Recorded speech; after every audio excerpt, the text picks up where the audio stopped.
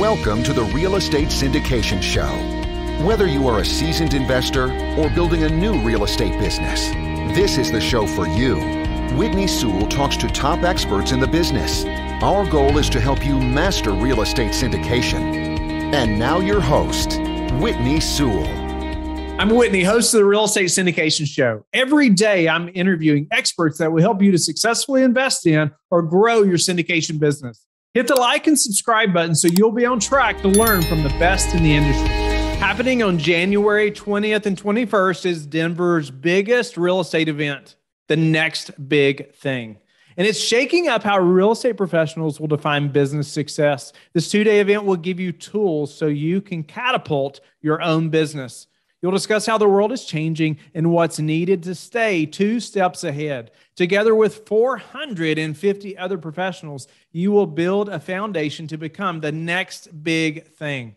Built on the foundation of helping others build wealth through real estate, the Ruth team has created the ultimate tool that is this event, and it's called the Next Big Thing. 25 speakers, including Ryan Serhant, Kenyon Salo, Nebu Hatta, Stacy Veeden, Brian Moses, Natalie Davis, and Ryan Avery. Register now at thenextbigthingcolorado.com and use the code RESS to get $150 off. This is your daily real estate syndication show. I'm your host, Sam Rust. Joining us today is Blake Selby. Blake is a 31-year-old direct private lender with $5 million in paid-off real estate assets and $2 million liquid cash. I began as a real estate investor and transitioned into full-time direct private lending. We're going to dive into that. Blake is active in the real estate investing community out of the Iowa area and is always willing to share his knowledge and experience with others. Blake, thanks for hopping on the show today. Pleasure to have you. Thanks so much for the opportunity. I really appreciate you having me on your show. Yeah, for sure. Now, before we get into the nitty gritty of real estate, I was doing my homework and doing some research for the show. And am I speaking with a rap legend?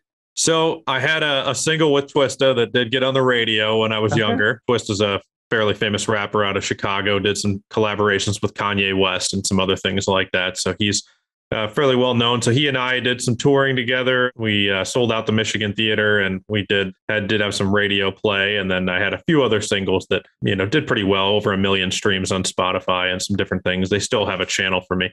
But that was in a past life. I still get royalty checks, which is very nice. But that was a past life for me, and it was something fun to do when I was 23. So. Oh, that's fantastic. I'll admit I did go onto Spotify. I found it. I listened to some of the music. That's fantastic. So what precipitated the switch from, you're out of college, you went to Michigan State, right? You're kind of doing this music thing for a little while. Yeah. What flipped in your mind to get you into real estate? So the music thing for me was just a hobby. I mean, I actually went to Michigan State for a degree in exercise science, which is basically kinesiology.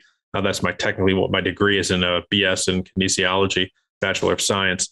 And I thought that I would be a gym owner, which I did right after college. But music was just something I did on the side. And I just happened to have these 2 songs that did really well. And I kind of thought maybe I'd go in that direction. But I was kind of noticing that the music industry was just a really tough grind. And I was just happy with what I did and, made plenty of money doing that. And that was a nice little springboard, along with the gym that I had got running up in Bettendorf, Iowa, which is how I got here. And then basically did the gym for 3 years and then parlayed that into real estate. So that was once I made the switch into real estate, I stopped doing the music. I stopped doing the gym stuff. I just focused 100% on just that one thing. And that was a great move for me, because music becomes harder as you get older. It's, especially keeping up with the sound, it changes. I was relevant for my era, but I wouldn't be now. So yeah, it is amazing how fast things change. Things don't change as quickly in real estate. No. There's a lot of time to find your lane, and then a lot of time to exploit those inherent advantages. So you were a gym owner. Did you own the real estate for your gym as well? Or was that just you own the franchise? I didn't. I just had this gym. I was paying rent, huge rent. It was a massive gym, probably the size of a YMCA. I mean, we were paying, I think we had 15,000 square feet. It was massive. Wow. I mean, we had a separate CrossFit whole room that was just this massive CrossFit room. We had a separate UFC fighting room with, its own classes going on simultaneously, a separate personal training studio inside the gym, a separate cardio room, a separate gym room. So yeah, it was, and we had a full-on daycare, full-time daycare. We had a smoothie bar. We had, it was all of the things. So it was an interesting time. I made some money on it. Things were good. And then I actually sold the gym for about double what I was into it for. So that's what helped me out. But yeah, with music, it's a pyramid, right? So only the people at the top are making real money or sustainable where you could make a living. And it's very short lived. With real estate, it's not so much like that. It seems like in real estate, most people who, if you're fairly conservative in what you're doing and you pick good assets, the average person can do moderately well in real estate if you do it for 10 years, right? So I don't know if you're going to get rich quick in real estate, especially being a landlord, but it's certainly a way to get things moving and grooving. And if you're an average person, I like to think I'm above average for what I've done in real estate. But even if you were doing it as a kind of a side thing, I think that you could do reasonably well if you gave it a decade. Yeah. Well, I mean, just reading your bio, I mean, you've got a net worth that's approaching $10 million. That's in about 7 years of working in real estate, if I'm doing my math correctly. You're doing it right. That's better than moderate by almost anybody's standard. But listeners may have caught something that jumped out at me when I was first reading your bio, is that you've got $5 million in paid off assets. Paid off. No loans, no debt, no partners, nothing. Yeah. So could you explain that's not the typical entry in? Now, you were maybe in a slightly different position because you sold your gym. You had maybe a bigger seed than a lot of other people do. But there's so many different paths to make money in real estate. This is not a path that I've seen all that often. So walk us through how you figured out what your lane in real estate is, and then how you came to this strategy of paying it off as you go. Yeah. So when I first sold the gym, one of my gym members was the vice president of a local bank that did portfolio loans. And what a portfolio loan is an in-house loan that doesn't have to get sold off to another bank. And so he knew what I was capable of, had been a member for 3 years, even though my financials were not up to snuff in terms of P&Ls and, tax returns. What I did have was a huge base of members. And in his mind, he had seen what we were doing, and he knew intimately was familiar with my situation. So he lent me $1 million through the portfolio loan. So not only did I have the money for my gym, but then I had $1 million loan on day one. So I'm not going to sit here and say that luck wasn't a huge part of it, because it was. That $1 million loan in the beginning was massive. I mean, obviously the sale of the gym was huge too. That was a large 6-figure amount. So I was cash heavy in some ways, cash heavy day one, where I had a lot of purchasing power. And so I went from 0 to 80 units in just over a year. I mean, it was quick. And then ended up with 320 doors by 2019 with millions in debt. I took on tons of debt.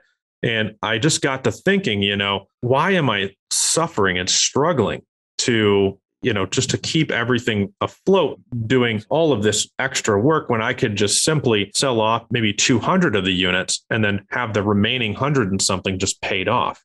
And then I could essentially make the same amount of money doing, half the work. Well, turned out not only was able to sell those off at a huge profit, I was able to not only pay those remaining 100, and I think it's 106 off, but I was able to have 7 figures left over from that.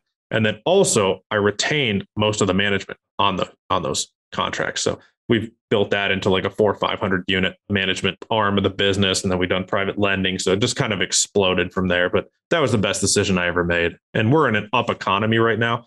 But I was very fearful of, gosh, I've never made it through a downturn before. 2008 was before I did real estate. So I didn't know if I had massive debt. I didn't know how well I would necessarily weather a storm, especially with some of the legislation that's been going on with the pandemic and eviction moratoriums and everything else going on. And in hindsight, it was the best move I could have made, but you never know. It's a big jump. So, yeah. Oh, that's fantastic. So a little bit more detail on those units. Yeah. I've watched some content that you've put out on LinkedIn and other platforms. Yeah. It looks like you've done a mix of small multifamily, maybe some mid-sized multifamily, and then some single family residence. What's the perfect Blake Selby investment in real estate right now? Yeah, right now, I mean, most of my portfolio is based around single family, but I do have multifamily. Of course, it's in there, and I started more with multifamily. I started with strip malls and multifamily. That was my first year of real estate. It was mostly multi. I don't dislike multifamily, but I do find that it's more competitive. So it's harder for me to get good deals on multifamily because there's less of it. And there's a lot of people seeking investors that are seeking, bargain prices on it. With houses, I find that there's just so many friggin' houses. There's so many of them. I mean, it's you almost could never have enough competition for the bargain properties in the houses, but especially when you go 20 units and above in multifamily. I mean, it seems like everyone I talk to that asks me, "Hey, Blake, what do you got? What do you got? What do you got?" I just know a lot of landlords and stuff, and I have a bunch of off-market stuff that I know about. And they'll be like, "Man, what do you have over 20 units?" And I'm like, "I know about a lot of stuff over 20 units, but you're not going to like the price."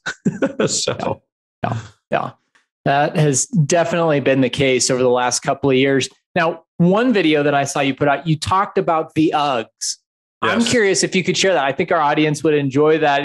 There's this idea that multifamily is the golden goose. There's no warts. It's perfect. There's a lot of gurus out there selling courses, and there's a lot of people, even myself included, that have done very, very well in multifamily. But I think that sometimes people get caught up in the euphoria, and there's a reality that you speak to quite eloquently. So I'll let you expound on the Uggs.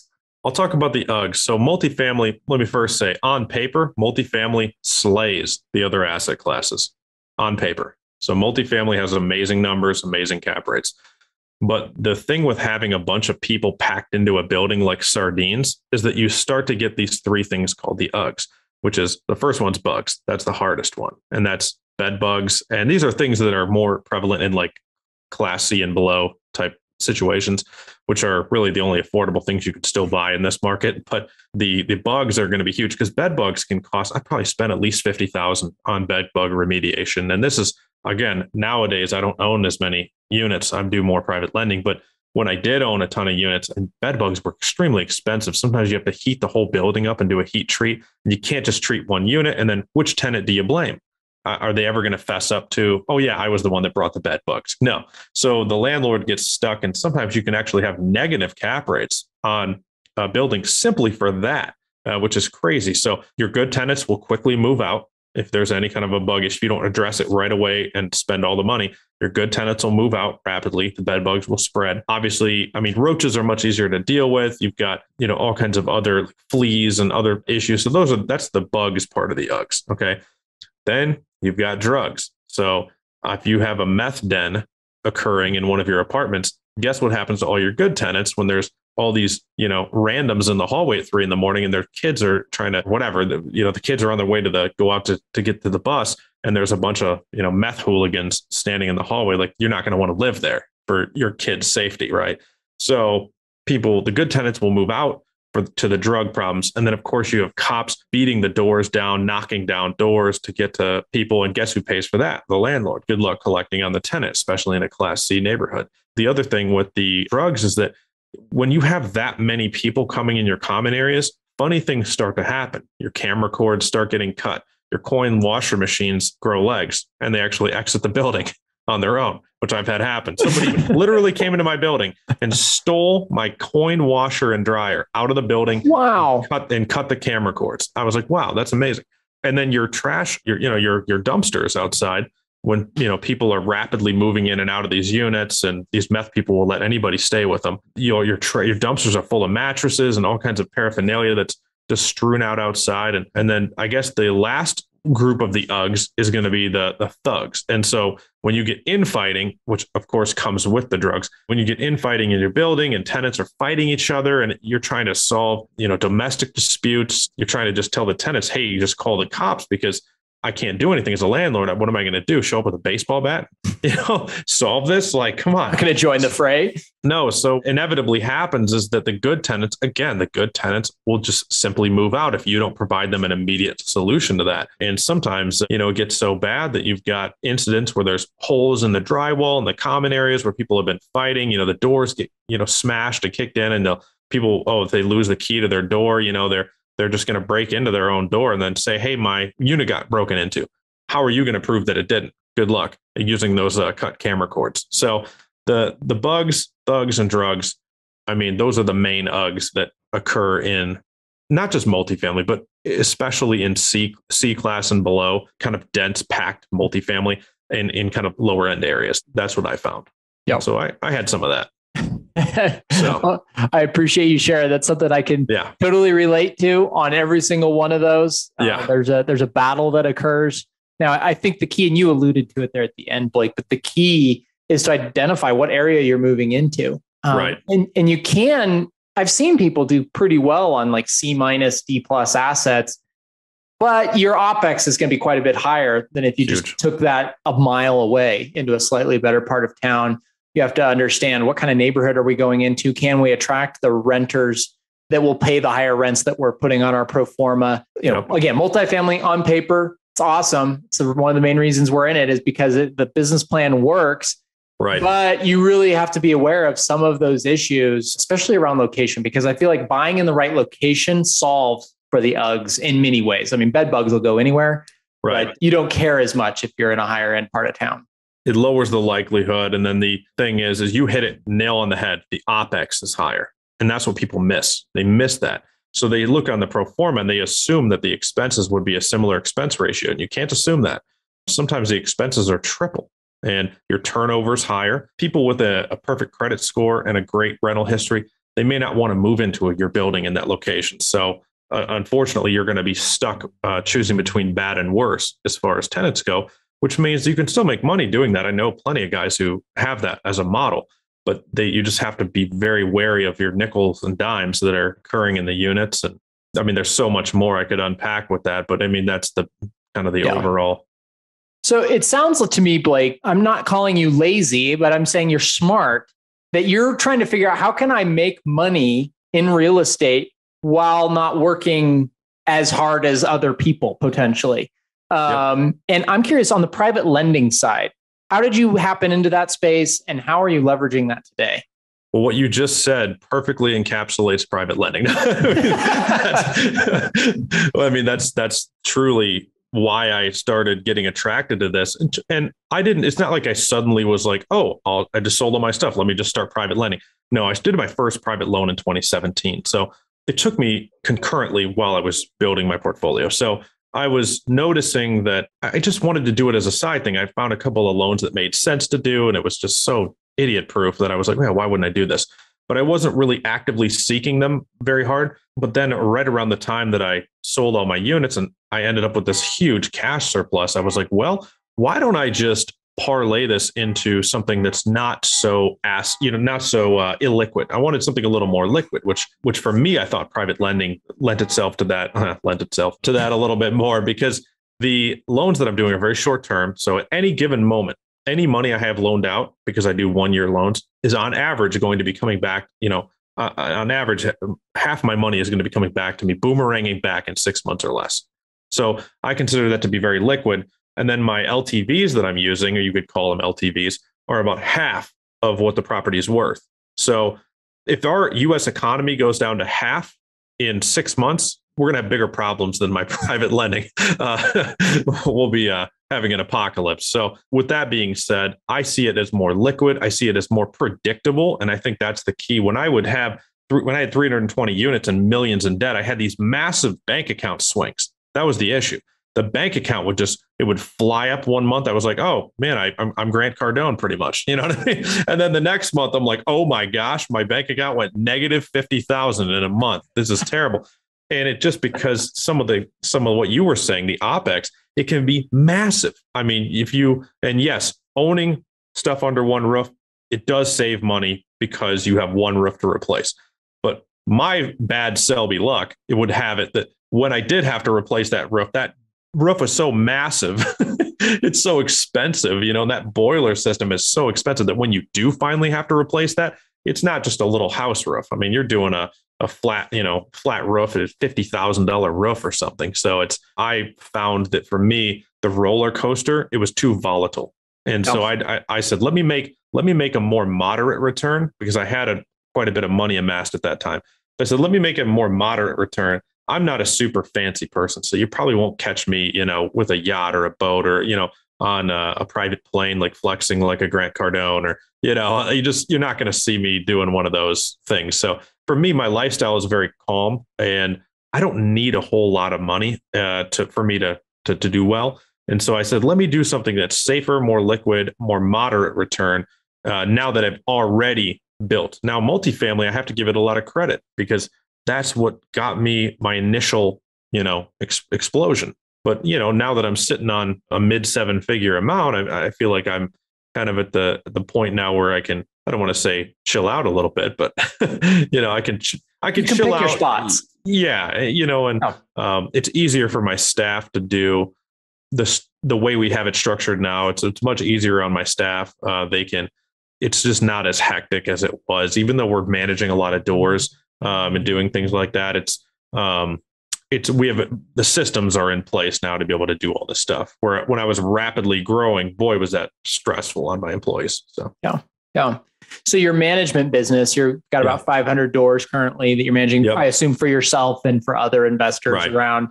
Primarily single family, it sounds like. Primarily. Yeah, I think it's a 70-30. So I think 70% single family and then 30% multi. Okay. How do you guys solve for scale going into the single family market? And do you, kind of a follow-on question would be, do you do short-term rentals at all as part of that? I am friends with a lot of people who do short terms and they're very good at it.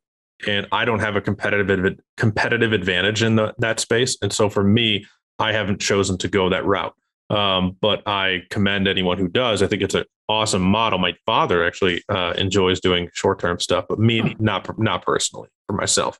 But speaking to your question about scaling single family, it's kind of like, that's a funny sentence to even say, right? Scaling single family. How do you do that? So I'll give you an example. I've got one gentleman that I'm friends with. He and I have done tons of deals together and I'm financially involved in a lot of his stuff, but he's got about 140 units, most of which are single family. He's, I think, my largest management client. And his stuff is in Peoria, Illinois. Okay. And that's a city in Illinois. It's not too far away from where I'm right on the border of Illinois and Iowa. Okay. So for him, all of his stuff is in one area. Well, now he can afford a full-time, maintenance worker, $50,000-$60,000 a year, who's really good, quality worker who's going to be able to go play whack-a-mole with maintenance issues all day. And most of these houses are only 5 minutes away from each other. So by having them in a very kind of condensed area, I think that can help with scalability, but you're never going to be able to replicate the scalability of a multifamily building because then you can have a superintendent living there and all this other stuff. A single family doesn't lend itself to that as much.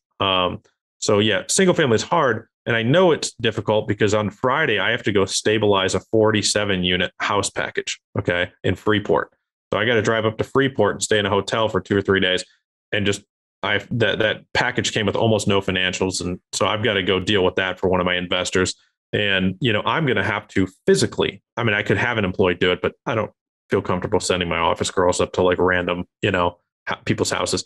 I'm going to go do it because I can do it and I can do it over the weekend. Okay. So I'm basically going to drive up there, stay in, probably a short-term rental. And I'm going to drive from house to house to house to house over the weekend, get everybody on new leases, get all the tenant stuff figured out, all the maintenance issues written down. Then on Monday, I can just load my office staff up with all the issues and then they can handle it all for the office. So, yeah. But but all that to say, it takes a long time just to even drive to that many houses. If you're spending 15, 20 minutes at each house and you got 47 houses to do, it's like, my God, So yeah, there's a lot of effort that goes into that. Yeah.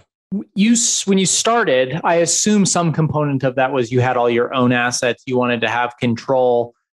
Now you're representing about 20% of your total assets under management on the management side. Right. How do you see the management company? I know some investors that becomes a business, a really viable, profitable business that they want to grow and they like the third-party model. I see some where they like working with friends and family and managing their stuff, but it's more of a means to an end. You have a high quality staff that can manage your own stuff, and it's more about controlling your own assets. Which of those camps do you fall into and why?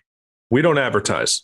So I'll say it that way. And we're very choosy with our clients. So I don't want to manage for slumlords. I don't want to manage for people that are not paying their bills. I don't want to have to be having my staff call every other day, like, hey, are we getting paid? I'm not doing that. So we primarily operate on referrals. And the way that we do it, we're not licensed real estate agents. Okay. And so to be a property management company or kind of an outfit that does that, you really do need to be licensed. And the main reasons are that for the trust account issues, for keeping people's deposits. And so we don't do any of that. We have the tenants make the rent directly out to the owners. Okay.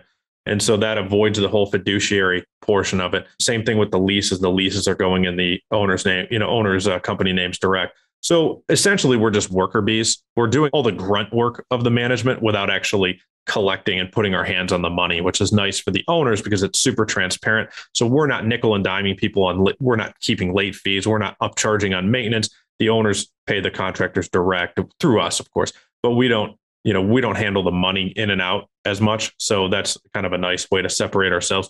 But with that being said, it's a very specific type of client that would want that type of management where, we're not necessarily doing financial reports and things like that. So we're kind of a hybrid between more of an employee / manager, but it works out great for us because we don't want to get into where we're having to try and be competing with these large management companies. We're a small fish in that department. Actually, the management part of my business is the smallest part. And I tell people that, and I say, hey, we have like 500 doors, under management, but that's the smallest part of the business. And they're shocked. They're like, what? How's that possible? But yeah, the lending is the passion portion of the business and you're right, the means to an end. That's kind of what the management is. It's really just, we started managing my stuff and then a bunch of people were like, hey, can you please manage my stuff too? And then we're like, I will try, So I think we do pretty well. Yes. Yeah. We do pretty well. Oh, that's fantastic. Well, Blake, I've really enjoyed the conversation. As we're getting towards the end of the interview here, I like to ask guests, particularly that have moved and had success in several different areas, what's the number one thing that has contributed to your success, beginning with the gym ownership and all the way through to these different enterprises? Yeah, I think it's not being afraid to try new things. I think that's the biggest thing. I mean, I do some really dumb stuff sometimes just to try something. I'll allocate a very small amount of resources to this I'm like, hey, would this work? For example, this is pretty recently. I had a buddy of mine. He said, what would it be like just tracking down? Can't we just track down FSBOs? Can we wholesale FSBOs? And I'm not even a big in wholesaling, but I said, you know what? Let's find out. So we spent a few days and aggregated some data and, did some stuff. And ultimately we made some good connections off of it, but I could see it wasn't really scalable. And it was only going to work if I was on the phone. It's not going to work with putting a VA on the phone and doing that. So, but it's fun to try new stuff. Yeah. For those that maybe aren't up on the vernacular, FSBO is for sale by owner, which is an interesting sub piece of the residential real estate market. Oh, that's fantastic. Where do you think that came from? Well, that's a fairly common answer that I get that, hey, don't be afraid to fail, try new things. Right. A variant of that is be curious. And I agree with all of that. But what inculcated that into you? What do you attribute that to? I think it goes back to just all the weird things I've tried to do, like music. Somebody was like, oh, I know Twista through his manager. And I was like, oh, really? I was like, I'd love to do a track with them, and they're like, okay. And I was like, okay. So, it's just, we just, worked it out. And I think it's one of those things. I didn't know how to do a music video, right? Like, what do you do? So I just was like, well, who's the best music video guy? So I just asked around and we just shot this amazing video. It's like, so much learning goes on, but yeah, what is the factor that made me like that? I'm not sure what it is, but the willingness. I think as long as you're just willing to try stuff and don't be stupid, don't put all your eggs in one basket that's unproven, but at least see what doesn't work. Sometimes by process of elimination, you can see throw a bunch of stuff at the wall and see what sticks, right? Yeah. So as you look back, if you were to meet somebody who's 24 years old, out of college, has maybe sowed their wild oats and they're ready to get down to business. Yeah. And they wanted to get into real estate, what advice would you give that person? Best advice is figure out how much time you want to put into this. Okay. So if you want to be extremely successful and you don't have a ton of money, you're going to have to put in a ton of time. Right. And if you want this to be a hobby, you might consider a little bit higher class stuff that's already finished, that is performing well, maybe get a property manager, right? And that's if you want your main job and then real estate on the side. But if you want to go full force into real estate, just remember that, we're sort of toward the top of a market right now. And so keep that in mind when you're buying assets, that we've had this luxury since 2010, basically, of having a market that looks like this, always going up in a linear way. Well, what if that market looked exactly the opposite? I think that real estate would be a much tougher investment. So just don't always rely on current market conditions. You need to be able to brace for a potential downturn. So Oh, fantastic. Well, thank you, Blake, for joining us today. Pleasure to have you on. Thank you to our audience for joining with us as well. I hope you enjoyed this interview. Feel free to reach out. Blake, where can people hook up with you online? The easiest place is selbyrentals.com. That's SELBY rentals.com. And that's my website, has all my contact info, all my social, all my YouTube, everything's on there. So fantastic. Well, thank you everyone for joining us. Have a great rest of your day. Yeah, thank you. Thank you for listening to the Real Estate Syndication Show, brought to you by LifeBridge Capital. LifeBridge Capital works with investors nationwide to invest in real estate, while also donating 50% of its profits to assist parents who are committing to adoption.